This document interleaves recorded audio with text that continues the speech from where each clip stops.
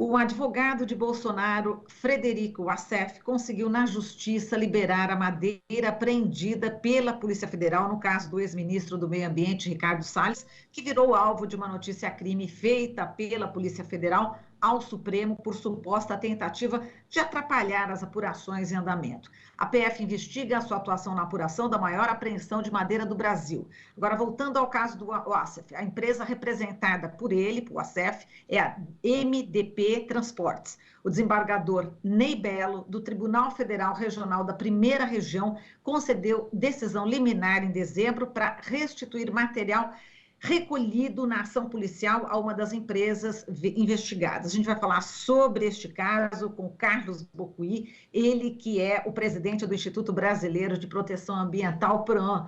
Olá, Bocuí, bom dia, prazer em recebê-lo. Bom dia, Marilu, bom dia, Glauco, é um prazer estar de novo com vocês. Bom, Bocuí, vamos falar aqui inicialmente sobre tem vários personagens, né? O Wassef, que é envolvido no caso Queiroz, né? O esquema da rachadinha, mas vamos começar aqui pelo juiz Ney Belo, né? Ele é um dos cotados para a vaga do Superior Tribunal de Justiça. Enfim, como é que você vê também essa atuação desse juiz neste caso, nessa liberação aí dessa madeira? Olha, Marilu, eu acho que essa questão da madeira apreendida pela Polícia Federal e posteriormente a apreensão obteve uma confirmação por parte da juíza da 7ª Vara do Amazonas, que ouviu a Polícia Federal e ouviu também a própria área do Ministério Público responsável pelo processo. Então, nós tínhamos um procedimento que era mais ou menos usual, não é? A partir do momento em que há a liberação da madeira por um juiz, numa situação onde a madeira comprovadamente continha aspectos de irregularidade com relação à origem dessa madeira, isso torna a situação, eu diria, sob suspeição, e a gente tem que lançar luzes sobre o processo, porque essa questão não pode ser dirimida agora, ela tem que ser dirimida no Supremo Tribunal Federal. Né?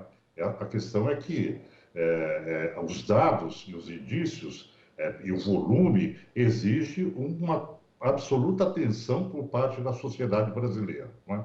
Num contexto que nós conhecemos, o contexto ele é um contexto de desmantelamento dos órgãos ambientais por parte do governo Bolsonaro, uma simpatia pelo ministro do Meio Ambiente, Ricardo Salles, em função da atuação dele, quando ele saiu em defesa, uma coisa inédita, né? O ministro do Meio Ambiente sai em defesa para a liberação de madeira apreendida, fruto de desmatamento ilegal, com indícios de desmatamento ilegal. Então, tudo isso faz com que a questão ela tenha que ter uma atenção completa por parte da sociedade brasileira.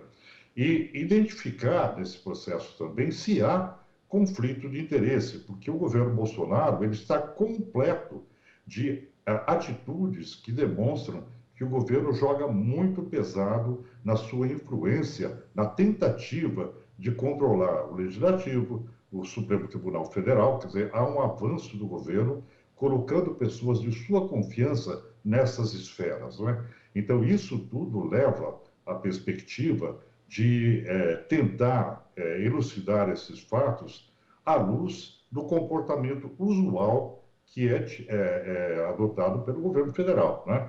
Que é eu diria, um comportamento que a gente pode dizer com certeza é de indícios de tráfico de influência.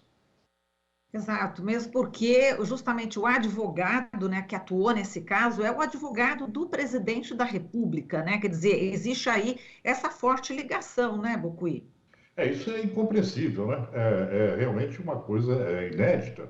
A partir do momento em que o ministro saiu em defesa dos madeireiros, né, contra o interesse público da Polícia Federal, do Ministério Público, em defesa da coisa pública do Brasil, e agora aparece no cenário para liberar madeira o próprio advogado da família do presidente, né? Então essa é uma situação, eu diria, insólita, né? Do ponto de vista de proteção ambiental, quando você pensa que o Brasil ele deve ter uma sintonia, o governo brasileiro deve ter uma sintonia com a proteção ambiental, não só pelo seu dever de ofício, mas pelo perfil que o Brasil apresenta, né? Pela situação atual em que o Brasil ele está sob os olhos, né, da imprensa internacional, dos governos, por conta do seu perfil. Isso implica também numa questão que a qualidade da gestão brasileira, inclusive do governo brasileiro, frente à regularidade das commodities brasileiras no exterior, não é? E eu queria chamar a atenção aqui, Marilu, para a questão do controle da Amazônia, né? Na Amazônia, nós temos segundo o próprio delegado Saraiva, que foi o responsável pela operação que apreendeu a madeira, é possível você conter a degradação ambiental se houver medidas fortes de controle nos gargalos da Amazônia, que são poucos canais de escape, né, do contrabando, da madeira. Agora, nós estamos exatamente nesse cenário. Isso tudo acontece no momento em que o Brasil tem o pior desmatamento, né, em 10 anos. Então, você tem uma ascendência do crime organizado, uma ascendência do desmatamento e indícios de uma simpatia incompreensível do governo federal para com esse setor, que também está imbricado na base do governo e no ano eleitoral, não é? Então, essa situação merece ser devidamente esclarecida. Eu não estou te ouvindo. Só um minutinho. Agora sim, Bocuí, eu estou apertando aqui, o microfone não estava saindo aqui. Mas, Bocuí, eu queria que você também analisasse o papel do Poder Judiciário, né, na atuação também contra esse desmatamento. Então, chega algum caso, né, para um juiz definir, decidir algo em relação a essa questão. E justamente neste caso que a gente está falando agora, coloca uma decisão exatamente contrária, na direção contrária ao que os ambientalistas estão denunciando, ao que a sociedade está querendo, ou seja, a proteção do meio ambiente. Como é que você vê a atuação do Poder Judiciário hoje? Olha, o Poder Judiciário ele tem que estar sempre sob observação, porque ele é a última instância, a instância recursal, é quando as coisas não deram certo, é que você acaba tendo a ação direta do Poder Judiciário. Eu sou membro do Observatório do Meio Ambiente do Poder Judiciário, que discute a melhoria do Poder Judiciário na defesa da Amazônia. Nosso objetivo lá é sugerir ao próprio Conselho Nacional de Justiça mecanismos que permitam tornar o judiciário mais eficiente na região da Amazônia. Então, a mim, pessoalmente, causa muita preocupação quando a decisão do juiz agora é contrário à decisão da juíza da 7ª Vara do Amazonas, que ela ouviu tanto a Polícia Federal, como ouviu também o próprio Ministério Público, não é? E você veja, Marilu, numa situação onde você tem a contabilização agora de 4.915 quilômetros quadrados de desmatamento em áreas públicas, né? E deve-se levar em consideração que toda essa questão do desmatamento ilegal, ele passa por um processo de esquentamento da madeira, né? E esse caso agora, ele não é isolado. Nós tivemos a mesma situação nos portos americanos com uma carga apreendida, onde foi pedida esclarecimentos pelo próprio governo americano que viu naquele procedimento uma situação sob suspeição, né? E isso acabou levando ao próprio afastamento do ministro Ricardo Salles, do ministro do Meio Ambiente anterior ao Leite, que hoje lá ocupa o cargo, né? Então, essa realidade, esses fatos todos, nos demonstram que nós vamos ter que ficar muito atentos à situação recursal agora, onde esse processo deve caminhar para o Supremo Tribunal Federal, né? E aí sim, sabemos qual será a decisão final. Exato, Bocuí, eu vou falar aqui alguns trechos, né, dessa decisão desse magistrado, E eu queria que depois que você comentasse, vou abrir aspas aqui, ele disse que os documentos apresentados pela empresa MDP demonstraram que a origem florestal de toras apreendidas está devidamente comprovada, disse também que a apreensão de bens não pode ser genérica, cabendo à polícia vincular cada item apreendido aos delitos perpetrados, de modo a demonstrar a clandestinidade da extração e que o bem especificado seja produto do crime. E ele disse que não havia nos autos informação de que a polícia tenha feito essa identificação. Ele disse ainda, é preciso separar as situações fáticas que acarretam repercussão criminal, posto que claramente há entre o material apreendido, madeiras efetivamente legalizadas e objeto de planos de manejo autorizados e devida certificação ambiental. Não é razoável que madeira legalizada e devidamente classificada seja confundida com madeira oriunda de derrubada clandestina. Enfim, como é que você analisa, né, esse argumento do juiz? Bom, imaginemos que a gente tenha duas toras de madeira, uma legalizada e uma não legalizada. Como é o procedimento de um desmatamento ilegal? Ele utiliza parte da madeira legalizada para justificar aquela que é ilegal, né? Então, essa é a forma de esquentar a madeira. Quer dizer, você tem uma carga legalizada e agrega a essa carga uma carga que não é legalizada. Então, esse mascaramento, né, ele não foi considerado pelo juiz, né? Ele manda liberar mesmo mediante a constatação de que você tinha ali madeira que foi extraída ilegalmente, não é? Então, isso torna a decisão questionável, não é? E por isso que nós temos que pensar que o Supremo Tribunal Federal, ele tem que deliberar devidamente sobre esse fato. Só que a liberação da madeira vai implicar, certamente, no desaparecimento da madeira a partir do momento que ela vai ser comercializada, não é? Então, a lógica aplicada pelo juiz inaugura uma nova lógica da punição da Amazônia, onde se permite a liberação daquela parte da madeira que ajudou a dar cobertura para a madeira que era ilegal, né? Eu, pelo menos, vejo a situação dessa forma. Tudo bem, agora Bocuí não mudou nada, né? Saiu Ricardo Salles, entrou Joaquim Leite e realmente continua sendo o próprio Bolsonaro, né, o ministro do Meio Ambiente. Nós temos uma situação de desgoverno no Brasil, né? A questão do governo era, no início da gestão, era desmantelar o Ministério do Meio Ambiente, era extinguir o Ministério do Meio Ambiente e deixá-lo a cargo do próprio Ministério da Agricultura, o que seria um absoluto conflito de interesses, não é? E ao longo do tempo, o que o governo federal decidiu para controlar essa situação foi nomear para o Ministério do Meio Ambiente pessoas que eram ligadas à área da agricultura. Quer dizer, é uma intervenção no sentido de você neutralizar o processo. Não pode extinguir, então neutraliza, né? E isso soma-se a muitas situações de desmantelamento da legislação, a paralisação das multas, a tática que foi declarada pelo ministro Ricardo Salles de dar parecer e mudar a norma. Quer dizer, você tem claramente uma estratégia de desmantelamento em curso, né? E chega ao paroxismo onde o próprio ministro sai em defesa da ilegalidade, não é? Como aconteceu no caso da madeira. E fica também muito claro que o ministro atual, ele era o assessor de Ricardo Salles, nomeado por Ricardo Salles. Então, nada mudou, né?